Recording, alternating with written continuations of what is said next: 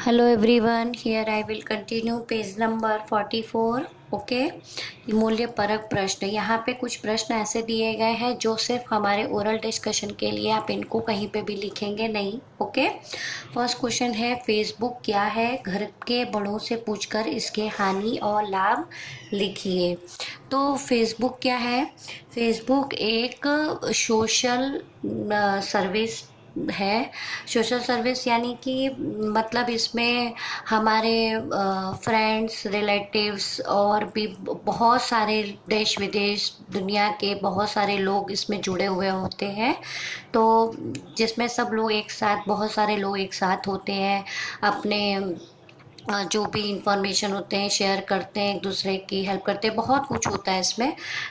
तो इसमें क्या इसके हानि और क्या लाभ है, मतलब इसकी क्या इससे प्रॉफिट है और क्या इसके नुकसान है।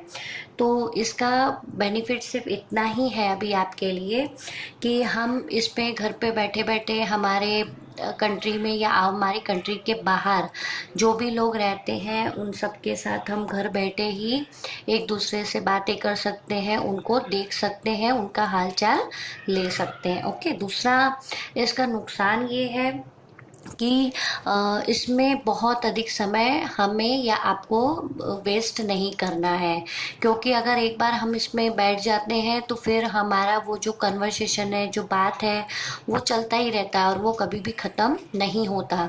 तो इस तरह हम एक दिन, दो दिन, तीन दिन करते जाते हैं तो हमारी उस तरह की हैबिट बन जाती है और हम उसके ही हैबिचुअल हो जाते हैं। हमको हर रोज़ फिर फेसबुक खोलना होता है, उसमें लोगों से बातें करनी होती है।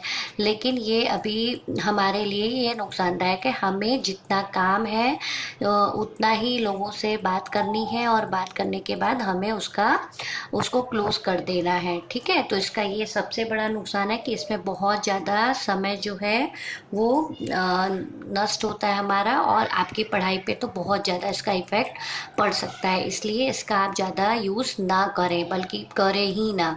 ओके, नेक्स्ट है सबका सम्मान पाने के लिए आपको सबके साथ कैसा व्यवहार करना चाहिए। अगर आपको सबका के सब आप चाहते हो कि सब लोग आपको रिस्पेक्ट दें, अच्छे से बात करें, तो आपको भी उनको, चाहे वो छोटे हो बड़े हो, उनको रिस्पेक्टफुली उनके साथ पोलाइटली बात करनी पड़ेगी। छोटे हैं तो उनसे प्यार से लव, उनका अच्छा लव दिखाइए उनके प्रति। ठीक है, उनकी हेल्प करिए। इस तरह एक दूसरे की हेल्प करने से, एक दूसरे के साथ प्यार से बात करने से, पोलाइटली बात करने से हम क्या होता है, फिर हमें दूसरों को समझने की भी कोशिश करनी चाहिए कभी कभी कि हमारे पापा ऐसा क्यों बोल रहे हैं, दादी ऐसा क्यों बोल रही, मम्मा क्यों बोल रही हैं ऐसा।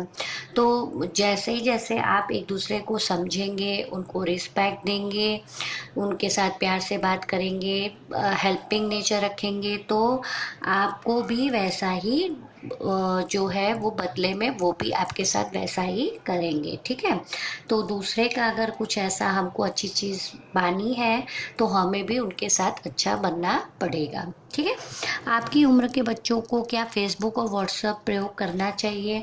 नहीं, आपकी उम्र के बच्चों को तो फेसबुक बिल्कुल भी यूज़ नहीं करना चाहिए मेरे ख्याल से। और व्हाट्सएप का अगर आप अभी यूज़ करते हैं तो व्हाट्सएप का यूज़ अभी आपके लिए सिर्फ इतना ही है कि आप आपकी पढ़ाई के रिगार्डिंग जो भी चीज़ें आपको आपके फ्रेंड्स लोगों के थ्रू लेनी है या उनको देनी है, तो आप उतना ही उनसे बात करेंगे तो ज़्यादा अच्छा होगा। ठीक है, इसके अलावा अगर आपके रिलेटिव्स वगैरह से आपको बात करनी है तो आप उनसे बाय कॉलिंग बात करके भी बात कर सकते हैं। लेकिन व्हाट्सएप का यूज़, जो हम ज़्यादातर अगर हमें किसी से कुछ मंगवाना है, लेना देना, तो उसका यूज़ करने के लिए आप थोड़े टाइम के लिए उसका यूज़ कर सकते हैं, लेकिन ज़्यादातर इसका यूज़ हमारे करना हमारे लिए ठीक नहीं है। ओके, नेक्स्ट है सोच समझ की बात। यदि आपको आपका घर बदलना पड़े तो आपके पते में क्या क्या बदल जाएगा? अगर मान लीजिए आपको आपका घर चेंज करना पड़े तो आपका सबसे पहले एड्रेस पूरा चेंज हो जाएगा, उसमें जो भी आपका हाउस नंबर है वो चेंज हो जाएगा, एरिया चेंज हो जाएगा। और उसके बाद जब आप कहीं पे भी मान लीजिए एक शहर छोड़ के दूसरे शहर में गए हैं तो वो शहर भी नीचे चेंज हो जाएगा, उसका पिन कोड चेंज हो जाएगा। तो इस तरह ये सब 4-5 चीज़ें होती हैं, जो एरिया है, हाउस नंबर है, शहर का नाम है, स्टेट का नाम है, फिर पिन कोड है। तो इस तरह ये सब चीज़ें हमारी चेंज हो जाती हैं। क्या व्हाट्सएप के अधिक प्रयोग से आपके पढ़ाई पर कुछ फ़र्क पड़ता है? अपने विचार बताइए। हाँ, व्हाट्सएप के अधिक यूज़ से आपकी पढ़ाई पे उसका इफ़ेक्ट पड़ सकता है, क्योंकि एक तो पहली बात कि ज़्यादातर हमें फ़ोन का यूज़ नहीं करना चाहिए, लेकिन आज के समय को देखते हुए हम ज़्यादातर पढ़ाई अपनी फ़ोन के ही थ्रू कर रहे हैं। इट्स ओके, बट आगे जब कभी भी ऐसी प्रॉब्लम कभी ना आए लाइफ में, तो हमें जहाँ तक बने अपनी जो ओरिजिनल बुक्स वगैरह होती हैं उसमें ही पढ़ाई करने की आदतें डालनी चाहिए। फ़ोन में जितना बने उतना कम यूज़ करना चाहिए, उससे हमारी आँखों के ऊपर भी इफ़ेक्ट पड़ता है। तो इसलिए व्हाट्सअप अगर आप ज़्यादा यूज़ करेंगे तो आपकी पढ़ाई पे उसका इफ़ेक्ट पड़ सकता है, लेकिन अगर काम के लिए यूज़ कर रहे हैं तो थोड़े टाइम के लिए आप काम के लिए यूज़ करके उसको आप क्लोज़ कर दीजिए। ठीक है। कुछ करने की बाद जिन जिन चीज़ों से आप संदेश भेज सकते हैं उन पर टिक लगाइए। आप संदेश मतलब मैसेज, आप किन किन चीज़ों के थ्रू भेज सकते हैं? एक तो फ़ोन के थ्रू, घड़ी के थ्रू हम नहीं कर सकते, व्हाट्सअप, फिर बुक, हिंदी की बुक है ये तो नहीं कर सकते, फेसबुक और बलून के थ्रू नहीं भेज सकते। ओके। आप कौन कौन से काम इंटरनेट से कर सकते हैं उन पर सही का निशान लगाइए। तो हम खेलने का काम नहीं कर सकते, देश विदेश की घटनाओं को जानना, मतलब बैठे बैठे कि आप देश में विदेश में क्या क्या हो रहा है ये सब आप जान सकते हो। भोजन बनाना नहीं।